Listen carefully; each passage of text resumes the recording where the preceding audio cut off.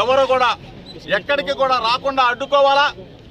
చంద్రబాబు నాయుడిని అతని దుర్మార్గాల్ని తరిమి కొట్టాలా. రేపు 7వ తారీఖు కూడా ఉయ్యూరు వస్తున్నాడు. ఏ ముఖం పెట్టుకుని వస్తావు చంద్రబాబు నాయుడు?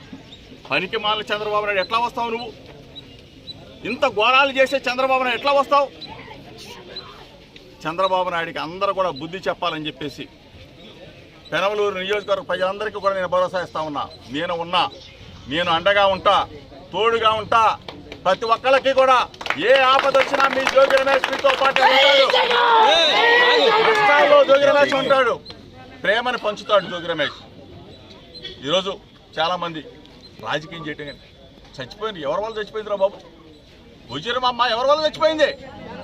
చంద్రబాబు నాయుడు పొట్టను పెట్టుకోలేదా? అడగండి, అక్కచెల్లెమ్మలు అడగండి. చంద్రబాబు నాయుడు పొట్టను పెట్టుకున్నాడా లేదా? ఇంటికి వచ్చి ఇచ్చే మా జగనన్న మాకు తోడుగా ఉండగా ఎలాంటి సైజును మమ్మల్ని ఏం చేయలేదన్నా. ఇట్లా చేసే దుర్మార్గం ఎందుకు? నీకు దుర్మార్గం నీకేం కడుపుమంట? నీకేం పోయే కాలం? చంద్రబాబు నాయుడికి బుద్ధి రావాలా. చంద్రబాబు నాయుడు మనసు మారాలా. అటువంటి రాక్షసానం ఎందుకు నీకు అసలు?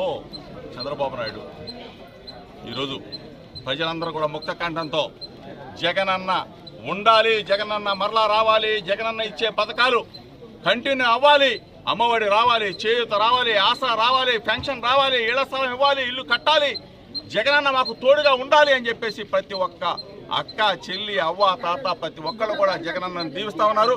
175 స్థానాలకి 175 స్థానాలు వైఎస్ఆర్ కాంగ్రెస్ పార్టీ గెలవబోతా ఉంది.